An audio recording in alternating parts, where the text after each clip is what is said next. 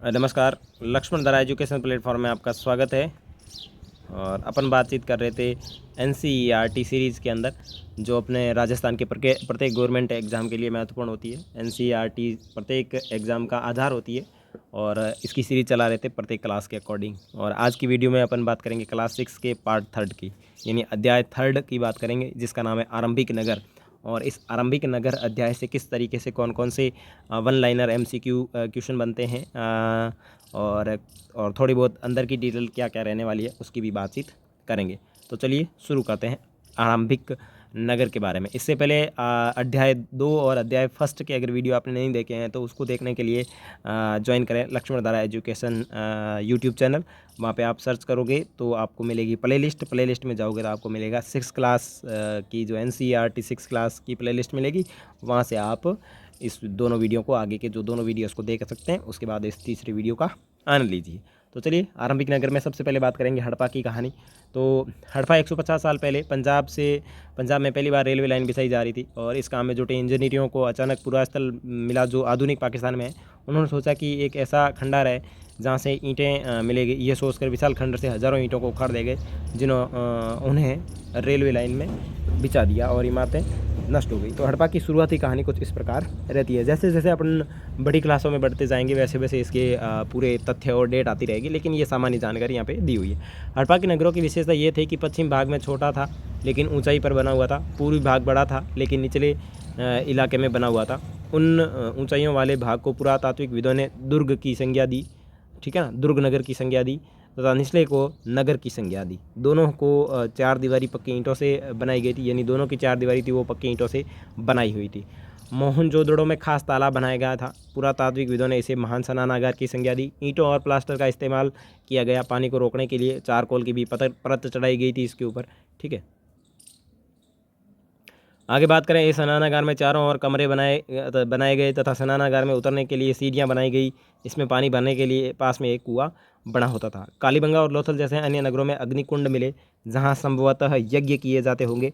हड़प्पा, मोहनजोदड़ो और लोथल जैसे कुछ मामलों में बड़े बड़े भंडारगृह भी देखने को मिलते हैं। भवन और नाले, इन नगरों के घर आमतौर पर 2 मंजिला हुआ करते थे। 2 मंजिला हुआ करते थे। घर के आंगन के चारों ओर कमरे बनाए जाते थे, और कई नगरों में ढके हुए नाले थे और जिन्हें सावधानी से सीधी लाइन में बनाया जाता था, और हर नाली में हल्की ढलान होती थी ताकि पानी को जो बहाव है वो आसानी से बाहर किया जा सके। तो ये जो विशेषता है ये हड़प्पा है, उसमें हड़प्पा नगर का जो नागरिक नियोजन है, नगर नियोजन की बात करें तो नगर नियोजन की ये विशेषताएं इस प्रकार की अपने को देखने को मिलती है।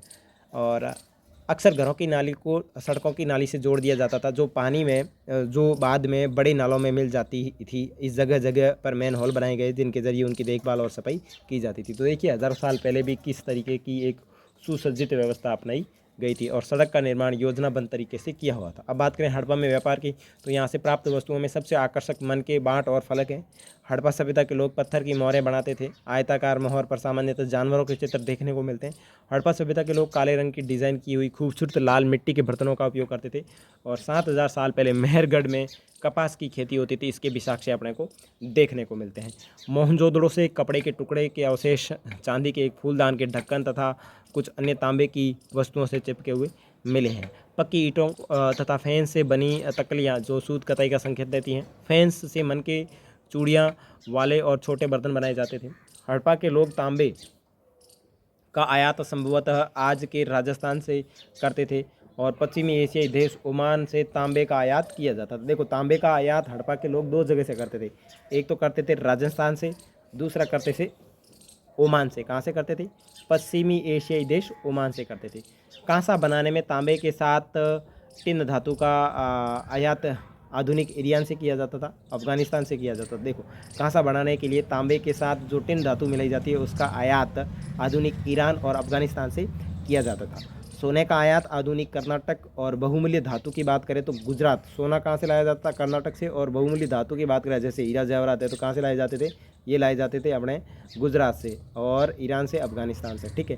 हड़प्पा के लोग गाय, भैंस, भेड़ बकरियाँ पालते थे। बस्ती के आसपास तालाब और चारागाह होते थे। आगे बात करें धोलावीरा स्थल की, तो धोलावीरा जो है वो गुजरात के कच्छ के इलाके में खदीर बेत के किनारे धोलावीरा नगर बसा हुआ है। वहाँ साफ पानी मिलता है, ज़मीन उपजाऊ हुई थी और यहाँ नगर 2 भागों में बटा हुआ था। वहीं धोलावीरा नगर को 3 भागों में बांटा गया था और इसके हर हिस्से की चारों ओर पत्थर की ऊंची ऊंची दीवारें बनी हुई थी और इसके अंदर बड़े बड़े प्रवेश द्वार थे। इस नगर में एक खुला मैदान था जहाँ सार्वजनिक कार्यक्रम आयोजित किए जाते थे और यहाँ कुछ अवशेष में लिपि के बड़े बड़े अक्षरों को पत्थर पर खुदा हुआ है और इन अभिलेखों को संभवतः लकड़ी में ठोक दिया जाता था। तो इस प्रकार की जानकारी अपने को धोलावीरा से मिलती है जो अपने गुजरात में स्थित है। उसके बाद में बात करें लोथल की।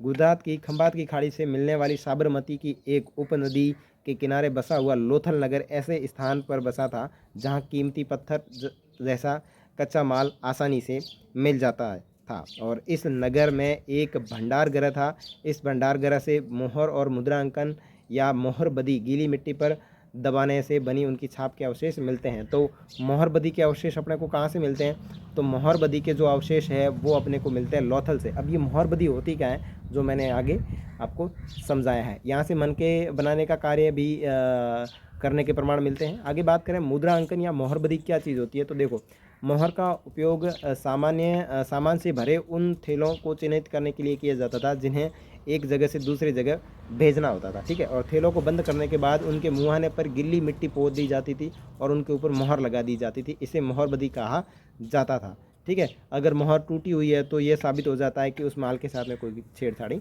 हुई है। देखो, वर्तमान समय में आप ऑनलाइन शॉपिंग करके कोई चीज़ मंगाते हो तो आपको कैसे पता चलता है कि भाई चीज़ फ्रॉड होके आई है?